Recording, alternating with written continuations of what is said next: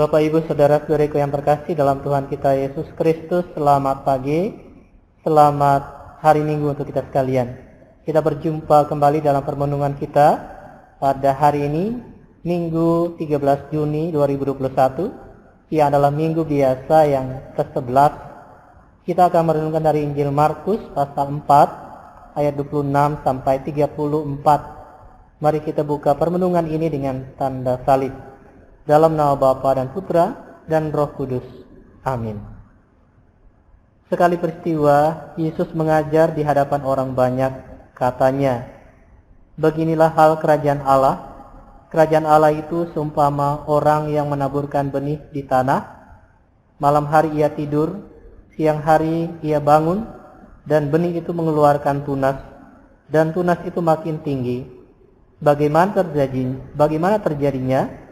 Orang itu tidak tahu. Bumi dengan sendirinya mengeluarkan buah, mula-mula tangkai, lalu bulir, kemudian butir-butir yang penuh isi pada bulir itu.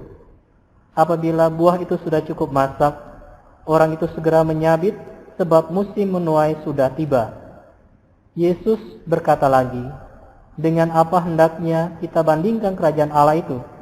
Atau dengan perumpamaan manakah kita hendak menggambarkannya? Hal kerajaan itu seumpama biji sesawi yang ditaburkan di tanah. Memang biji itu yang paling kecil di antara segala jenis benih yang ada di bumi.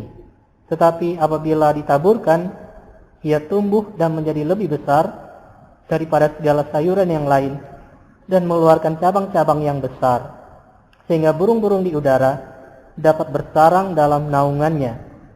Dalam banyak perumpamaan semacam itu, Yesus memberitakan firman kepada mereka sesuai dengan pengertian mereka. Dan tanpa perumpamaan, ia tidak berkata-kata kepada mereka. Tetapi kepada murid-muridnya, ia menguraikan segala sesuatu secara tersendiri. Demikianlah Injil Tuhan. Terpujilah Kristus.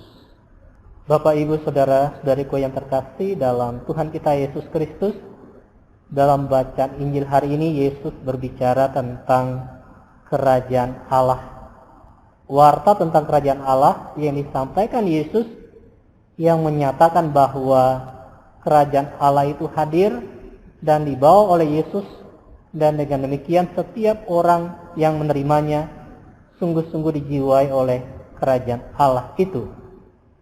Kalau dalam doa Bapa kami, Yesus menghubungkan kerajaan Allah itu dengan melakukan kehendaknya, yaitu datanglah kerajaanmu, jadilah kehendakmu. Kerajaan Allah terwujud ketika setiap orang melakukan kehendak Allah. Sehingga orang yang dijiwai oleh kerajaan Allah adalah orang yang setia melakukan kehendak Allah.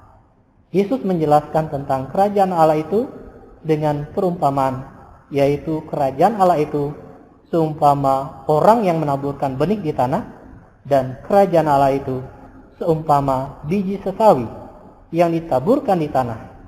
Dari perumpamaan ini, maka kita bisa menghadirkan kerajaan Allah. Saudaraku yang terkasih, kita lihat yang pertama, kerajaan Allah itu seumpama orang yang menaburkan benih di tanah. Kemudian, benih itu bertumbuh, bertunas, dan berbuah. Demikian kerajaan Allah hadir, memerintah dan merajai kita adalah ketika kita tumbuh, berkembang, dan menghasilkan buah. Pertumbuhan dan perkembangan yang dimasukkan di sini adalah dalam hal rohani atau keutamaan Kristiani, yaitu iman, pengharapan, dan kasih. Jadi, tanda kalau kita dirajai oleh Allah adalah kita tumbuh, berkembang, dan berbuah dalam iman, pengharapan, dan kasih. Kedua, kerajaan Allah itu seumpama biji sesawi yang ditaburkan di tanah. Kemudian biji itu bertumbuh menjadi lebih besar, mengeluarkan cabang-cabang yang besar, sehingga burung-burung dapat bersarang. Kerajaan Allah hadir dan merajai kita ketika kita mampu memberikan naungan, keteduhan, dan perlindungan bagi orang lain. Orang-orang yang berada di dekat kita merasa aman, nyaman, damai, berbahagia, dan ada sukacita. Saudaraku yang terkasih, marilah kita berusaha sungguh-sungguh melaksanakan kehendak-Nya, sehingga hidup kita berkenan kepadanya. Kita tumbuh, berkembang, dan berbuah dalam iman, harapan, dan kasih. Kita menjadi naungan yang memberikan rasa aman, nyaman, damai, bahagia, dan sukacita bagi orang lain. Marilah kita mohon kepada Tuhan, semoga hal tersebut semakin nyata terwujud dalam diri kita, demi semakin dimuliakannya nama Tuhan. Amin.